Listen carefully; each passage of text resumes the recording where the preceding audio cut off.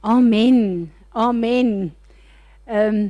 Ek wil nie hierdie dag gebruik om te bid vir goed soos die oorlog of Israel of die wêreld nie. Ek wil regtig hê ons moet fokus op hom. Maar ek gaan vandag kreer, ek sien jy is op. Ek wil hê dat ons as paas vandag moet staan en ek wil hê julle moet julle gesinne voor die Here hou in hierdie dag. Ons gaan 'n nuwe seisoen in en dat hierdie seisoen van ons as 'n gesin die model sal wees wat ons vir die wêreld moet wys van hoe 'n goddelike gesin werk. Kreer, kan ek jou vra om te bid? Maak so dan. Almagtige God en Hemelse Vader, ons dankie dat ons as vaders van Here kom bring ons lewe voor U en ons dankie vir die pad wat U vir ons wys, Here, waar U seun vir ons gegee het en waar die perfekte offer was, Here. Dankie Jesus dat U deur die werking van die Gees opgewek is en nou in ons lewe en ons wil as mans en hoof van ons families voor U bekom, Here, en ons lewe neerlê, Vader, dat ons sal lewe en 'n patroon sal wees wat U wil hê ons moet uitbeeld in die wêreld, Here. Dat ons die families sal bou wat die wêreld sal verander en dat ons families sal vestig wat 'n voorbeeld sal wees vir die stelsel van die wêreld, Here. Dat die mense sal sien, dit is goddelik en dit is die strukture van die koninkryk van God, Vader. Here, ons kom lê ons families voor ons vrouens en ons kinders, Here, dat ons hulle baie wil vashou, Here, maar dat dit U kinders en U huwelike is, Here, dat U dit sal administreer en sal dat uitleef volgens die DNA en die plan wat U vir elke huwelik het, Here. Ons vra dat U Gees in elke huwelik wat vandag hierso luister en teenwoordig is, sal infiltreer, Here, in elke plek wat in donker en in duister is, in die lig sal bring, Here. Dat elke gesin nader en nader aan U sal kom, Here. Dieper en dieper in 'n verhouding met die ware lewende God, Here. En dat ons U hande en voete sal wees, Here, in die skole, in die werksplek en tussen ons vriende, Here. Dankie Jesus, dat ons U bloed vandag weer oor ons families kan pleit, Here. Die lewegewende bloed wat nog lewe en wat opgestaan het, Here. Dankie vir U, vir die liefde en die oorwinning. Ons bid dit oor ons families in Jesus Christus se naam. Amen. Amen. Amen. Enigeen van julle wat 'n woord of 'n visioen gehad het terwyl ons geworship het? Ietsie wil sê voor ons gaan begin? Kyk of daar iemand is op Zoom. Matteus 28 vers 5 en 7 sê, He is not there, He has risen. Johannes 11 het ek net nou aangehaal, I am the resurrection and the life. Wat 'n voorreg om te weet dat hy het opgestaan en ons is die vrug daarvan. Hy was die eerste vrug en vir ons is dit so wonderlik om te weet dat ons is hierdie afgelope week so bewus van die feit dat hy op daardie kruis gehang het en dat ek en jy saam met hom op daardie kruis was meer as 2000 jaar gelede. Dat hy besluit het om die keuse te maak om dit te doen, terwyl hy in Getsemane so 'n wroging gehad het, dat hy gesê het, Vader, as dit moontlik is, kan hierdie beker nie asseblief verbygaan nie.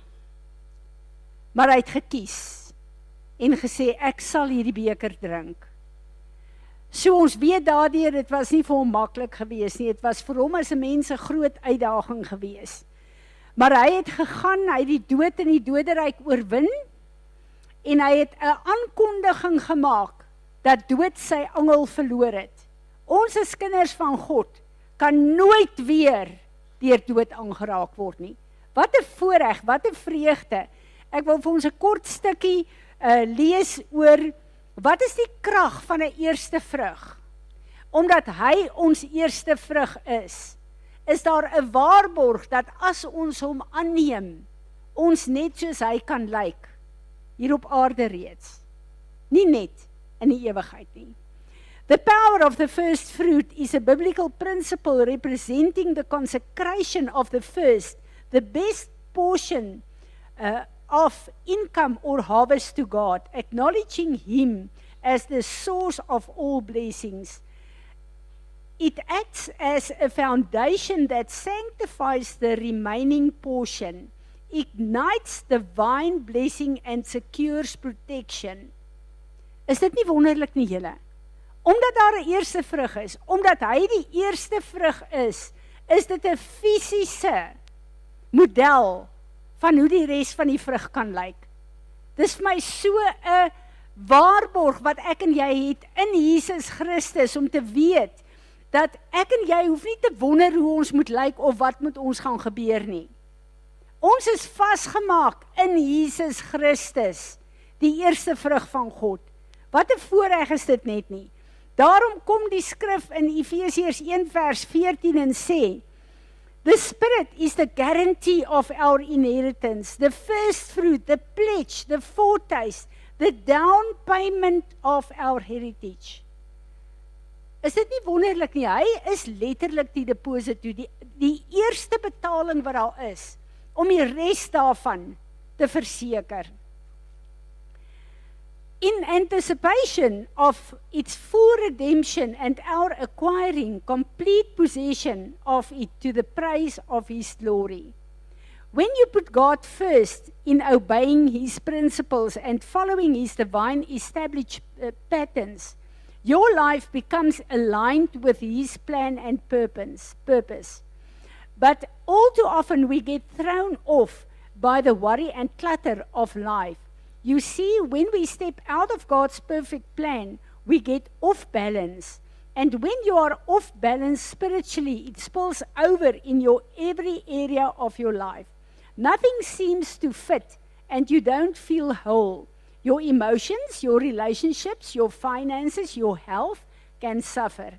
But wholeness is prospering in your spirit, soul, mind and body. While it includes your finances, prosperity is not materialism. It is a wholeness word that means everything prospering, everything functioning properly in your life. En dis so 'n goeie ding dat ons dit besef, want baie mense dink dadelik aan first fruit is finansies. Nee, first fruit is gees, siel en liggaam, wie hy is. En ek verstaan so goed in Matteus 6, waar die Here kom en sê, therefore I do not worry about your life, what you eat or what you will drink, about your body or what you will put on. Is not life more than food and body and more than clothing? En dan kom hy en hy sê vir ons, kyk na die voëls in die lug, kyk na hoe voorsien my Vader in elke opsig vir sy skepping. Hy sê, en dan, for these things the Gentiles seek. Hy praat hier van die mense wat hom nie ken nie, wat soek om hulle eie lewe te bou in rykdom en besittings en posisie en in plek in die lewe. En dan kom hy en sê, your heavenly Father knows what you need in all these things, but first seek the kingdom of God and His righteousness, and all these things shall be added to you. Matteus 6 vers 25. Al die goed op aarde is goed, en ons kan dit gebruik, maar as ek en jy heel eerste fokus op die first fruit, die koning en sy koninkryk, dan hoef ons nie rond te hardloop en al hierdie goeders te soek en tot stand te bring nie. En die vyand kry dit reg om die kinders van die Here op al die ander goed te laat fokus. En jy hardloop rond en jy maak geld bymekaar en jy doen dit en jy doen dit en jy doen dit.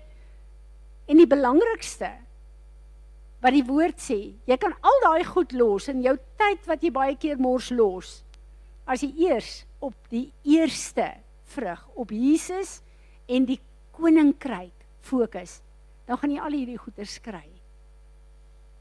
En ek bid dat die Here vir ons daai skuif sal bring, hierdie jaar, op hierdie First Fruit dag.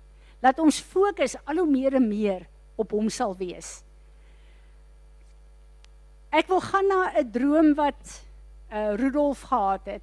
En is vir my so goed dat die Here vir ons drome gee, om vir ons rigting te gee.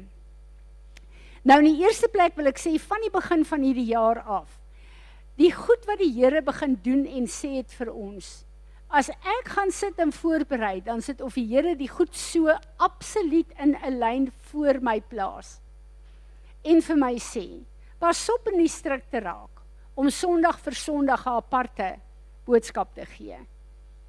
Ek het 'n pad met julle begin loop. En as julle onthou het ek in die begin van die jaar vir julle gesê, die Here het vir my gekonfronteer en vir my gesê, Fransie, glo jy in my? En ek sê, natuurlik glo ek in u, ek hoef nie eens te dink daaraan nie.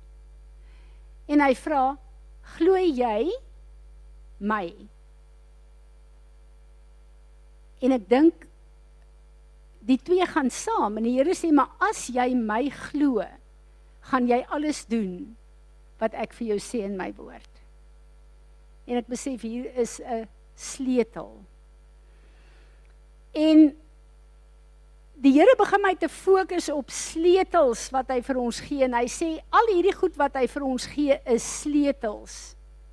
Nou, meeste van julle weet, dat ek die getuienis al gebring het, ook waar ons skool nou verander in jaar, in 'n naam om Eliakim Academy te word, het die Here vir my jare terug gesê, ek verander jou naam en jou identiteit is jou naam, en dit is Arise, wat die sleutelwoord Eliakim is, wat beteken faithful steward. En gister lees ek lees sommer weer die Bybel van voor af, en ek kom by Jesaja 22, 23, 24, en daar gaan dit oor Eliakim. En die Here sê vir my, daar is iets wat jy nie verstaan van jou naam wat ek jou gegee het nie. En ek lees die gedeelte en daar staan, ons weet Eliakim is 'n faithful steward van God se koninkryk. Hy sê, maar ek het gesê, Eliakim, ek gee vir jou die sleutels van die koninkryk.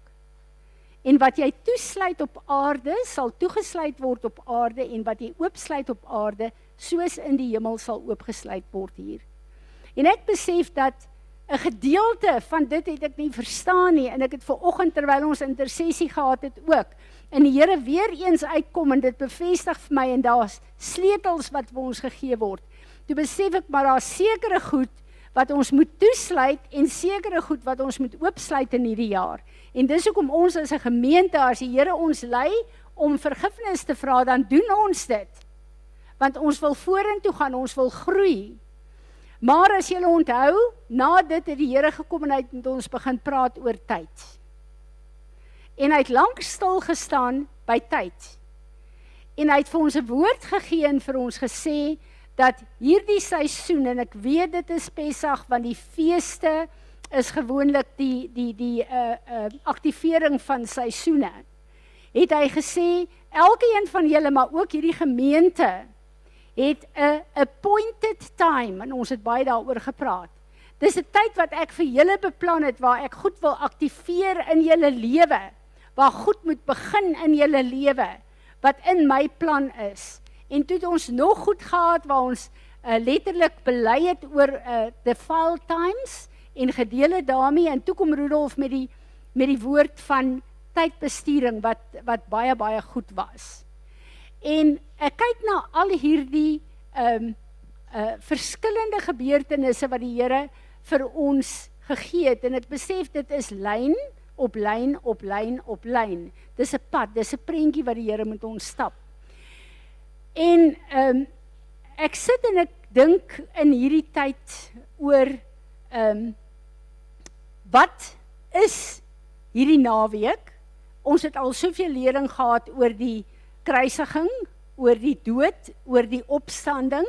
Wat is daar wat die Here in hierdie jaar vir ons wil oopmaak? Pessach in hierdie jaar. En Rudolf stuur vir my 'n boodskap en hy sê, hy het 'n droom gehad en die Here het nie droom vir hom gesê, lees Jesaja, Efesiërs 7, 8 en 9. En meer as een keer, Rudolf, die hele nag.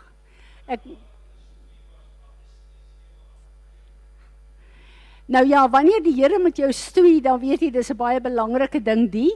En hy bel my en wat heel eerste by my opkom, is die Here het 'n ding vir ons hierdie jaar oopgemaak. 'n Paar keer het ek dit gesê. Die Here sê, hy het vir ons die evangelie gegee. Ons erfenis, Jesus, veral deur die eerste 4 boeke, het hy vir ons 'n erfenis gegee in Jesus. En hy het vir ons gesê, maar julle is die 5de evangelie. Die een wat nog nie geskryf is nie. Maar Paulus kom en sê, julle is briewe wat lewe moet gee op aarde. 'n Geur wat lewe bring en nie wat dood bring nie. So ek en jy is 'n brief en ons weet dat die Here het sy woord op ons harte, tafels van ons harte geskryf. Ons weet dat dit wat ek en jy lewe is die getuienis wat God op aarde wil hê, want hy sê in Openbaring 12 vers 11, deur die bloed van die lam en die woord van julle getuienis sal mense tot redding kom. En dit besef die verantwoordelikheid wat ons het met die getuienis wat ek en jy moet uitdra in ons elke dag se lewe. In die eerste plek in ons huis, en dis hoekom ek laat Kreer bid het vanoggend vir ons huisgesinne.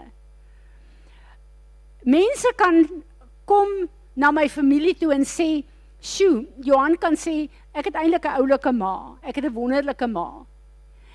En, dankie my kind, maar Johan, my man, kan vir julle sê wie ek regtig is.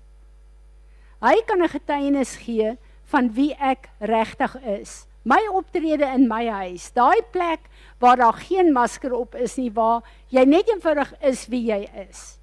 En daarom was dit vir my belangrik dat Kreer vanoggend bid vir ons manne, vir die mans in die huis. Want ons weet in Christus is ons nie man of vrou nie, ons is deel van die liggaam, maar daar is 'n verantwoordelikheid op die manne in die huis. En julle optrede en julle manier wat julle vir ons en julle kinders behandel, behoort ons waarde vir ons te ontsluit.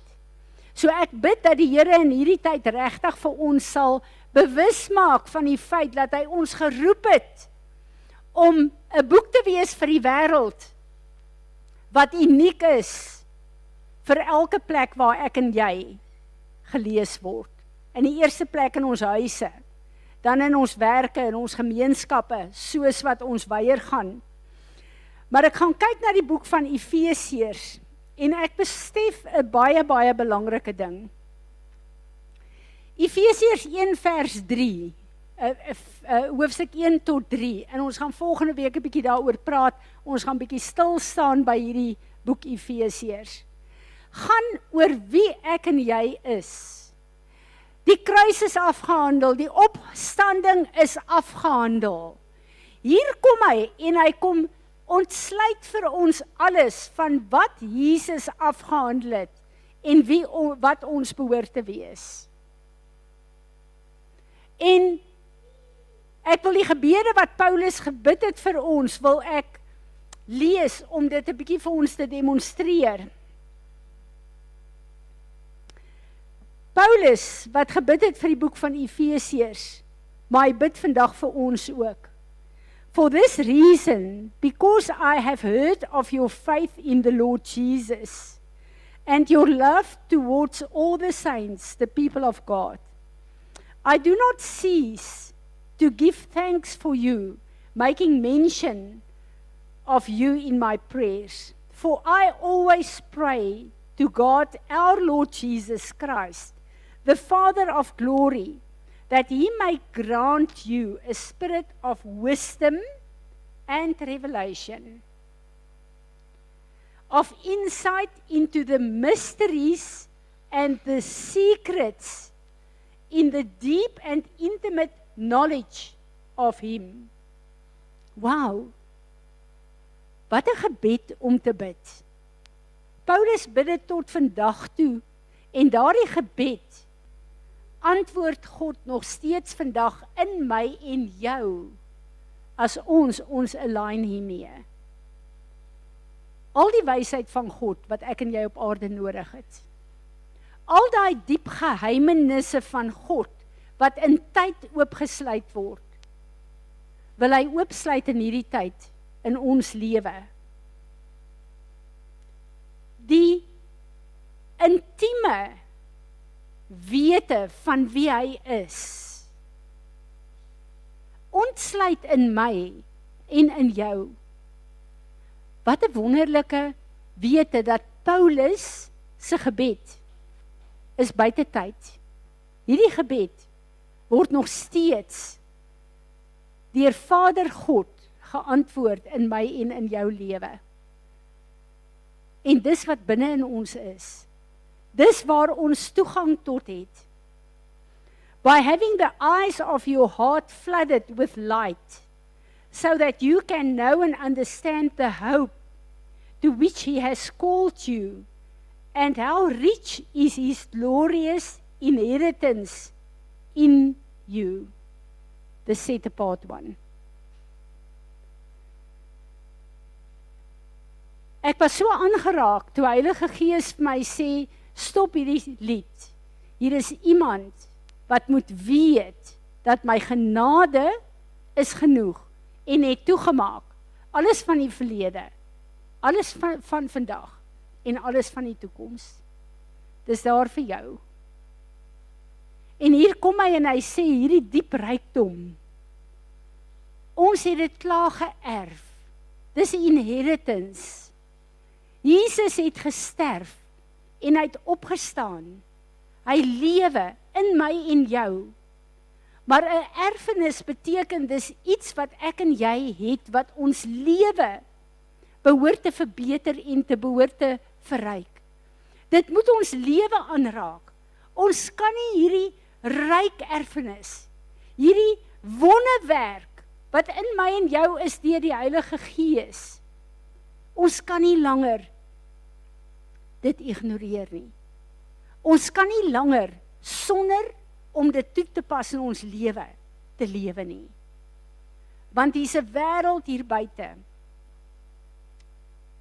wat briewe nodig het wat lewe moet bring, wat deur my en jou geleef moet word. And so that you can know and understand what is the immeasurable, the unlimited, the surpassing greatness of his power in and through us who believe. Who believe? En toe ek dit lees, toe highlight die Here vir my, glo jy my? Alles wat hier gebid is, alles wat hier gelees is my en joune, as jy dit glo, as jy dit gaan vat. Glo jy dit? Glo ek dit? As ons dit glo, gaan ons dit begin lewe. As in the working of his mighty strength, which he exerted in Christ when he raised him from the dead and seated him on his own right hand in heavenly places. For above all rule, all authority, and power and dominion, and every name that is named, above every title that can be conferred, not only in this age and in this world, but also in the age and the world which are to come. Hierdie werk wat hy afgehandel het, ek en jy verstaan 'n bietjie van die era waarin ons lewe, die tyd waarin ons lewe. Maar hierdie is ewigheidswaarde, tot in alle ewigheid. Hierdie werk wat gedoen en afgehandel is, hierdie oorwinning wat ek en jy, die voorbeeld, die manifestasie van is, vandag hier, is tot in alle ewigheid die grootste oorwinning wat daar is. Niks kan iets byvoeg nie, niks kan iets wegneem nie. Maar hy het gekom en hy het alles onder sy voete kom sit. Romeine 16 vers 20 sê, dat alles wat ek en jy mee sukkel, as ons dit kies, het hy het onder ons voete gesit, waar dit onder sy voete is. En ek besef julle, hierdie era, hierdie seisoen waarin ons ingaan, is 'n tyd waar ons getoets gaan word, glo ons hom, en gaan ons hom gehoorsaam. Die tweede gedeelte van Efesiërs, die laaste 3 boeke, staan oor wie ons nou is, wat ons het, die autoriteit, dit wat hy vir ons kom gee het, om mee te lewe, dat ons kan lewe in sy oorwinning. En ek kyk na soveel plekke, waar ek en jy nie in oorwinning lewe nie. En hoeveel, veral wat siekte betref, hoe maklik ons gaan in 'n ding in van, ek weet, hy het my genesing vir my gekry, op Golgotha. Ek weet dit, die woord staan dit. Maar hoekom manifesteer dit nie in my lewe waar ek het nodig het nie? Hoekom die simptome en die goed waarmee ek sukkel, baie keer harder praat, as iets wat die woord sê? En ek wil vir julle sê, ek glo met my hele hart, dat ons 'n tyd ingaan, wat die tyd gaan wees, waarvan die woord baie praat van tekens en wonderwerke. En dat dit ons gaan volg. As ons op hierdie plek is, waar ons hom glo, dan gaan tekens en wonderwerke ons volg. Nie om ons te bemoedig nie, maar om 'n wêreld wat verlore gaan, te wys dat daar 'n God is. Want waarvoor is tekens en wonderwerke? Nie om my en jou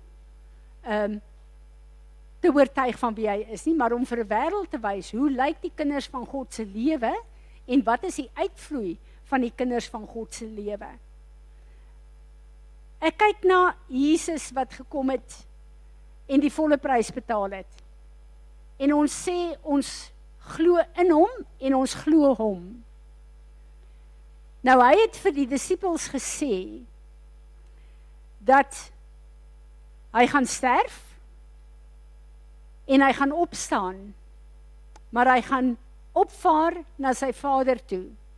Maar ons gaan hier gelos word, nie as weeskinders nie, as die opstandingskrag van God op aarde, want dieselfde Gees wat hom uit die dood uit opgewek het, lewe vandag in jou en in my.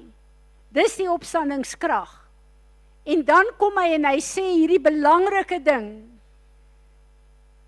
en julle gaan op aarde groter werke doen as wat ek gedoen het.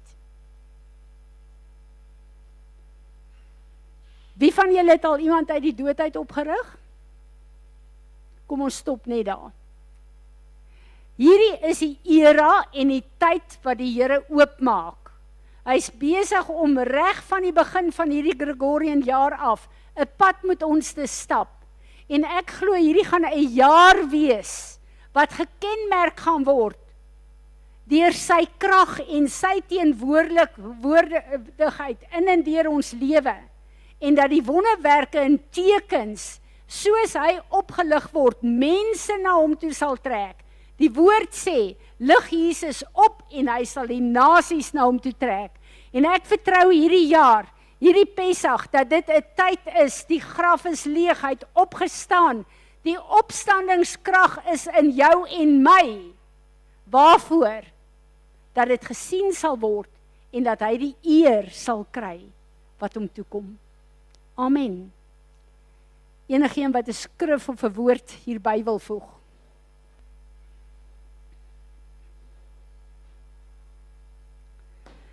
Terwyl Erik kom, wil ek net een ding sê, kom julle is nie. Terwyl ek een ding, terwyl Erik vorentoe kom, wil ek een ding sê. Ons dink van lewe uit die dood uit. Wat beteken dit? Lewe uit die dood uit. Dis transformasie. 'n Lijk word getransformeer in iemand wat lewe en vol krag is. Amen.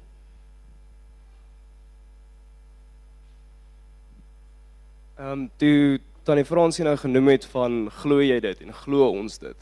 Het dit my laat dink aan 'n gesprek wat ek, my broer en my ma gehad het vroeër die week van die Israeliete wat al die wonderwerke gesien het. Hulle het die 10 plaae gesien, hulle het gesien hoe die Rooi See oopgesplit was. Hulle het gesien hoe die pilaar van vuur hulle lei in die aand en die wolk wat hulle weet wat hulle lei in die dag. Maar toe die tyd kom wat hulle die beloofde land moes inneem, toe sê die Here, daar is julle land, gaan vat dit. En hulle was baie opgewonde geweest totdat hulle die reuse gesien het. Toe was dit nie meer so snaaks vir hulle nie. Want die eerste keer nog die heeltyd, van die Exodus af, tot op die punt wat hulle in die beloofde land ingegaan het, het God die werk gedoen. God het die wonderwerke gedoen en al die goed, maar toe hulle die beloofde land moes inneem, moes hulle dit gedoen het. Toe moes hulle vertrou dat die Here deur hulle kan werk om die reuse te verslaan. En die vraag is, glo ons dit? Met Jesus wat gekruisig is, hy het die Heilige Gees vir ons afgebring, dat daai wonderwerkende krag binne ons is, maar glo ons daai krag is in ons, dat ons die beloofde land kan inneem. Dis uitstekend. Ons het alles gekry, al die beloftes, maar is jy bereid om saam met God te doen wat hy vir jou beloof het? Daar's 'n plek waar ek en jy met dit wat ons gaan doen, gaan wys wie God in ons en vir ons is.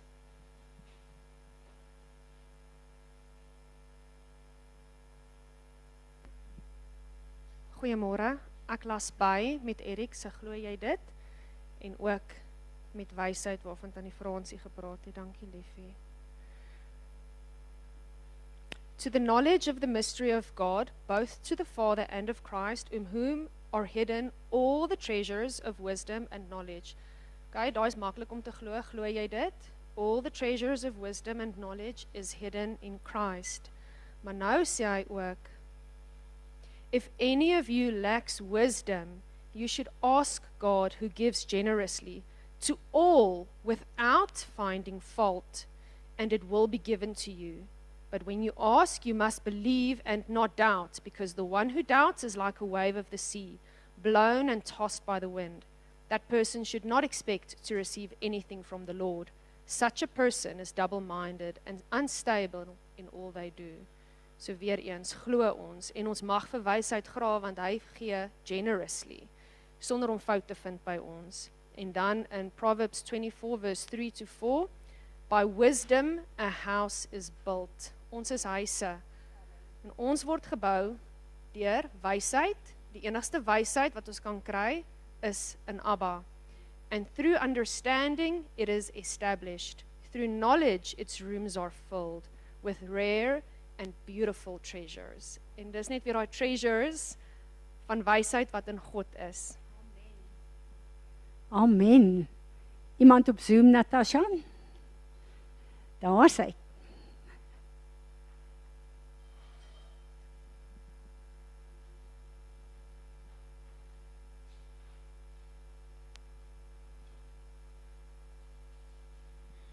So in Openbaringe 22 het die Here gesê, ek is die wortel, die helder môrester. So elkeen wat die vrug van Jesus het, moet geanker wees in hom, want hy is altyd die wortel.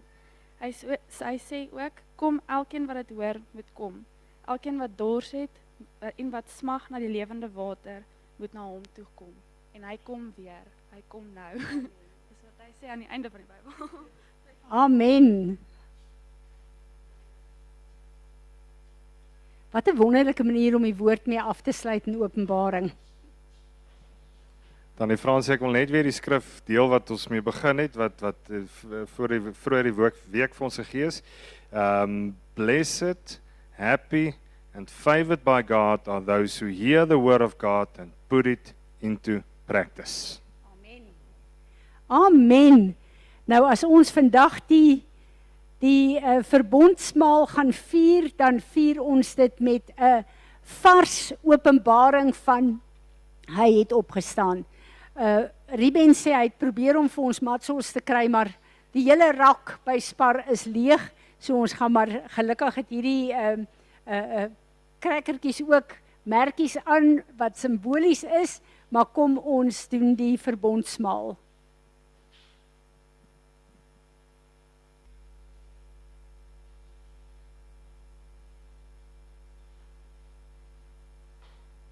Dankie.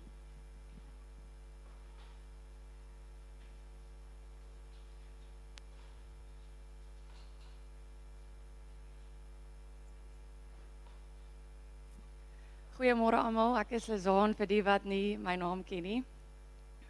Die laaste week of twee begin ek dink, wat gaan ek vanoggend met julle deel? En 'n mens gaan deur al hierdie gedagtes, jy ontvang mooi woord en jy kry 'n mooi boodskap en jy dink dit sal nou gepas wees om te deel.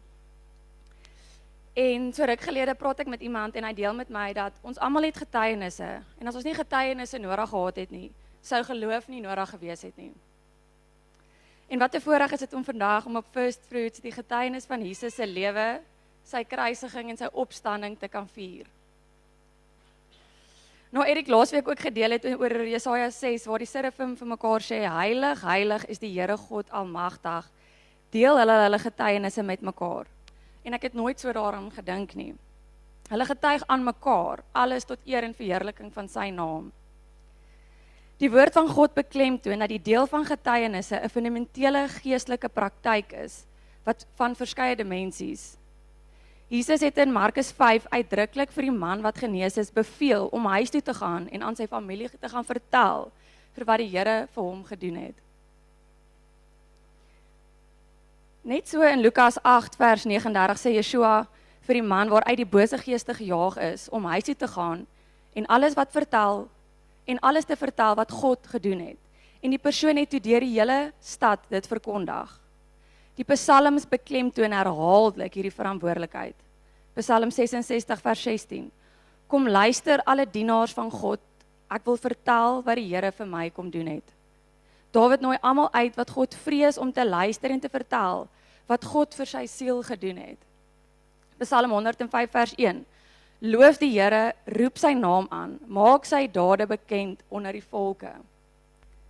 Een geslag word geroep om God se werke aan die volgende geslag te verkondig, te prys en sy magtige dade te verkondig. So dit is wat ek vandag gaan deel. Een van ons getuienisse. Nie ons storie nie, maar God se storie. Daar is 'n gesegde wat sê, nobody gets a testimony without a test. God often allows testing, trials and hardship as the pathway through which a testimony is formed. Ek deel met julle ons toets. Natasha, ek weet nie of jy dalk die foto, die eerste foto dalk. Ek weet nie of dit gaan, as dit nie gaan werk en dan kan ons dit los.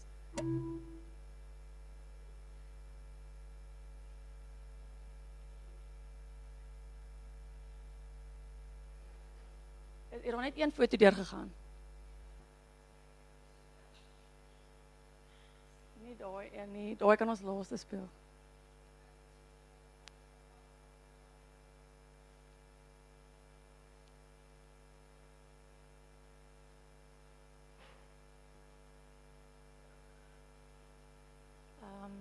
Die was een van, die sê ek die baba, eerste baba foto. As dit te moeilik is, kan ons dit los. Ek wil net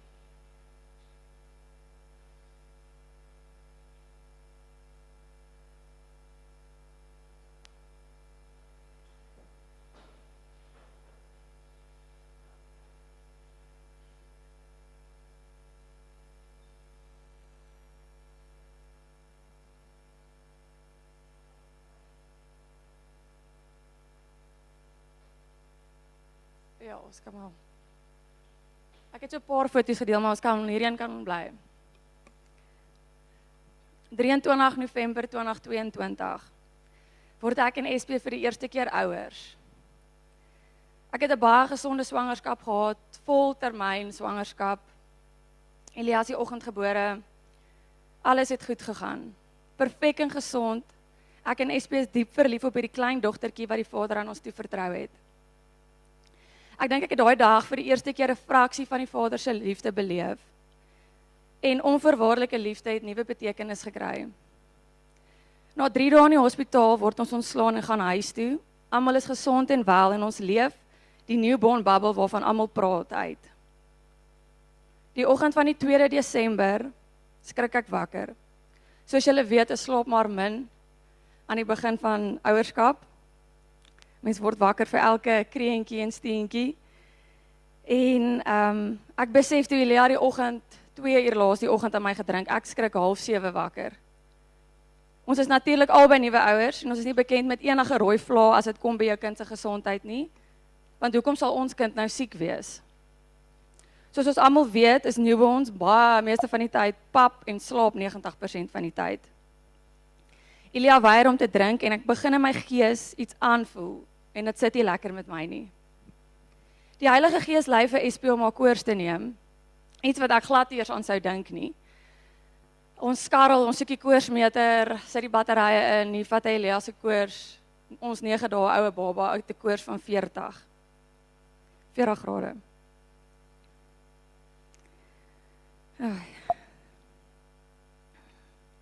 Ons ekskuus. Soos julle weet is dit 'n baie groot rooi vlag. Ons jaag toe met die kliniek toe in Bloem. Genadiglik kom ons by ons pediater uit, wie se spreekkamer altyd stampvol is. Hy druk ons dadelik in en neem ons agtertoe om vir Elia te konsulteer. Soos ek weer hier besef en dan hierdie dink, dan besef ek hoe die Vader vir ons 'n pad gemaak het, nog voor ons geweet het wat voor ons lê en wat vir ons wag. Hy kyk na Elia en hy tel haar dadelik op en neem haar in ICU toe. Ek en Espe gemaak 'n leer oop, ons handel al die administrasie sake af. Toe ek by haar hospitaalkamer kom, is die gordyne toegetrek met 'n span van dokters en verpleegsters om haar. Ons word gekeer om in te gaan. Ek besef net daar en dan, hierdie is 'n saak van lewe en dood. Een van die hospitaalsielkundiges kom praat met my, en ek onthou net in my woorde aan haar was, "Sorry ma'am, you need to leave me, I need to start praying." En al wat ek kon uitkry op daardie oomblik is, Vader, red my dogtertjie. Na sekere uur wat gevoel het soos ewigheid, kom die dokter uit en praat met ons. In daardie tyd wat ons gewag het, het Elia hartstilstand gehad en moes hulle haar geresusciteer het. Ons kry nog geen presiese diagnose nie, net dat hulle verklaar dat sy neonatal sepsis het. Dit is maar 'n term, 'n breë term wat hulle gebruik vir infeksie in die liggaam wat lewensgevaarlik is. Die dokter doen toe later die dag 'n lumbar puncture om vas te stel wat die infeksie veroorsaak. Eerste uitslag kom terug en daar is geen antwoorde nie. Hulle probeer haar stabiliseer, maar die prentjie lyk nie goed nie. Ons gaan huis toe daardie aand, ons gaan huis toe daardie aand sonder haar. Ons harte is stikkend. Ek onthou die suster se woorde aan my was, as julle enigiets van ons hoor deur die aand, moet julle weet dit is nie goed nie. Volgende oggend is ek en SP weer vroeg by die hospitaal. Dokter gee aan ons die nuus dat Elia 'n baie moeilike aand gehad het en dat haar hart vir 'n tweede keer gaan staan het. En hulle haar weer moes resusciteer het. Hy wil weer beenmergtoets doen om vas te stel wat aangaan. Toetse kom toe terug, Elia het breinvliesontsteking met die aggressiewe bakterie Streptococcus B. Dis lewensgevaarlik, dokters kan nie vir ons nou 'n antwoord gee oor hoe die pad vorentoe lyk nie. Ons wag nou vir haar liggaam om te reageer op die antibiotika. Later van tyd word sy geïnkubeer en daar is nie veel beterskap nie. Ons bly bidend en ons vertrou die Here vir 'n wonderwerk. Natasha, ek weet nie of julle daai ander foto net kan opsit. Sorry.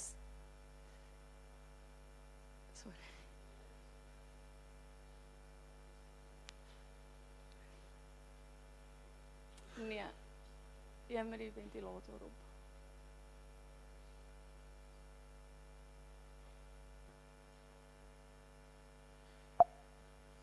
Ek gaan maar aangaan. Later van tyd word sy geïnkubeer en daar is nie veel beterskap nie. Ons bly bidend en vertrou die Here vir 'n wonderwerk. Ons begin toe woord reg oor Elia se hospitaalkamer opskryf, lees en bid dit hardop oor haar liggaam. Ek onthou dat ek nie kon sit nie. Elke keer as wat ek gaan sit, voel ek in my gees ek moet beklei. Dit voel of ek verslap in die gees en ek moet om haar bed loop en hardop skrif lees en oor haar bid en profeteer.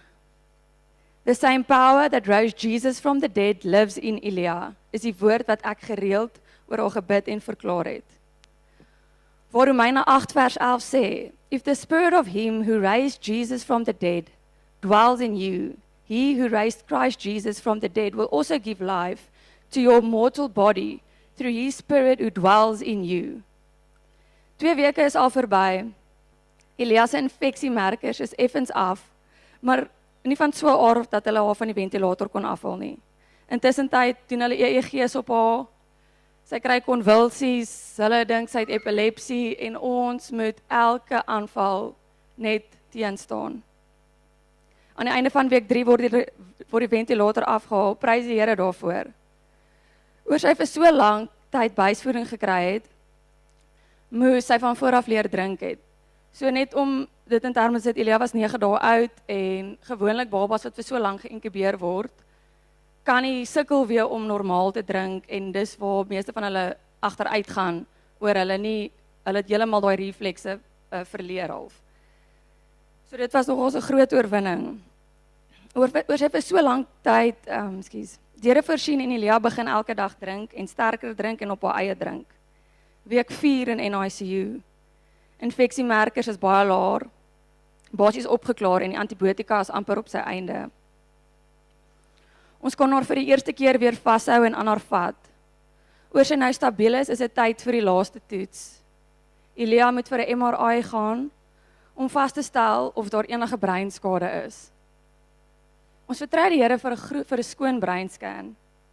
Na groot afwagting en hoopvolle harte kom die MRI-resultate terug. Die pediater sê vir ons dat daar wel skade op haar brein is, maar hy kan nie vir ons die presiese omvang van die skade definieer nie. Hy kan ons nie waarborg dat Elia 'n normale lewe kan lei nie. Hy weet nie of sy sal gaan eet, of sy self ooit sal kan eet, loop, praat of speel eendag nie. Ons voel so defeated want ons het die Here vertrou vir skoon uitslae en dit is nie wat op papier gestaan het nie. Die pediater verwys toe ons na 'n pediatriese neuroloog. Op daardie stadium was daar net 2 van hierdie spesialiste in die land. En ons moet wag dat Elia 3 maande oud is voor ons die spesialis kan sien, sodat sy weer vir 'n MRI kan gaan. En dit is waar die wag, en dit is in die wag waar ons 'n besluit moes maak. Of ons aanvaar die uitspraak en resultate van die medisyne, of ons staan op die woord van God en sy beloftes vir haar. Ek kry toe die woord in Romeine 3 vers 4 wat sê, let God be true and every man be called a liar. En ek besef net hier, God se woord is die uiteindelike standaard van wat waarheid is. Wat die voorrang geniet bo menslike menings, filosofie en uitsprake. As 'n menslike bewering met God se woord bots, word die bewering as vals beskou. Ek en SP weier toe om enige uitspraak te aanvaar en ons bly staan op die beloftes van Abba se woord. Elias toe 3 maande. Ons gaan toe weer vir die MRI in Pretoria sien vir dokter Lippert, die pediatriese neuroloog. Ja.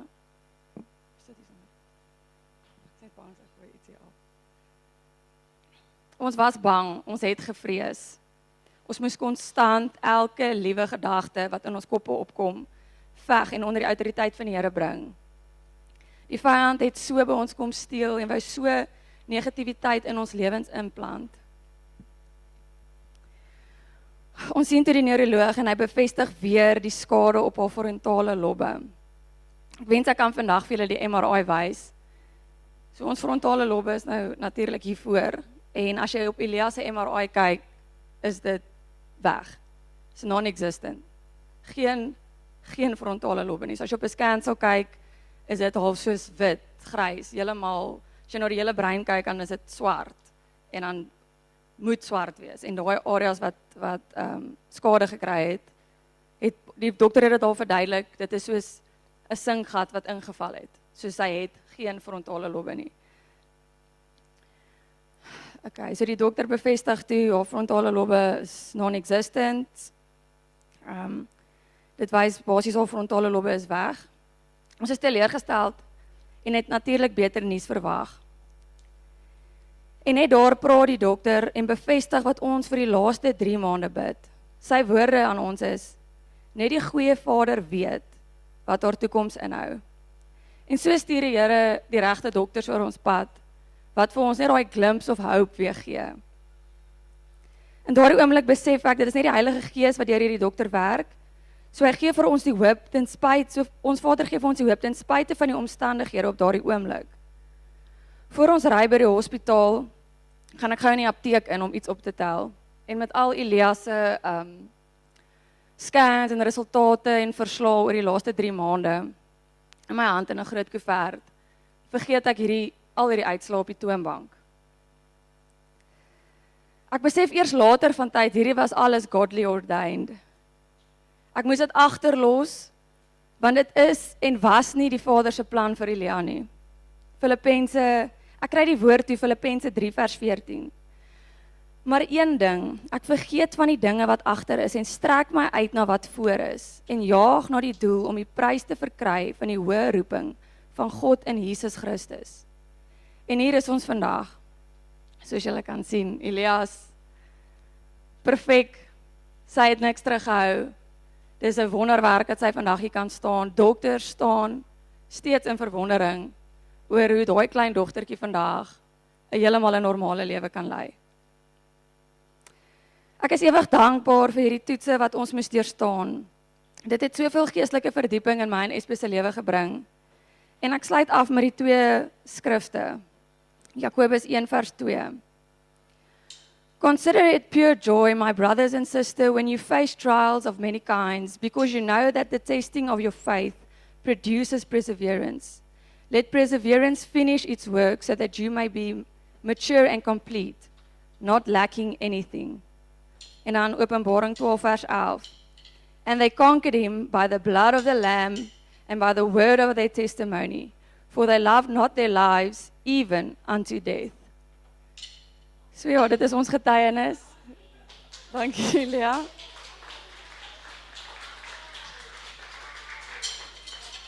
Sorry, orgaie dromme. Ek kan maar vir ons bid. Abba Vader, Heilige Gees van God, El Shaddai, God Almagtig. Here, ons kom net en ons verklaar net, U is God en U is in beheer. Vader, dankie vir U seun wat U vir ons gestuur het, wat die volle prys betaal het deur sy bloed. Vader, dankie dat ons die getuienis van Jesus elke dag kan leef.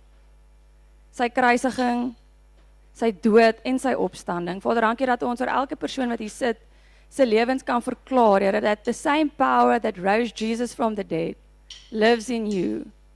Here, ons gee al die eer en al die glorie. Vader, en mag ons getuienisse met mekaar deel, Vader, sodat ons mekaar kan versterk en mekaar kan bemoedig. Aan U kom toe al die lof en al die eer en al die heerlikheid. Ons bid hier in die naam van Yeshua HaMashiach, ons gesalfde koning. Amen.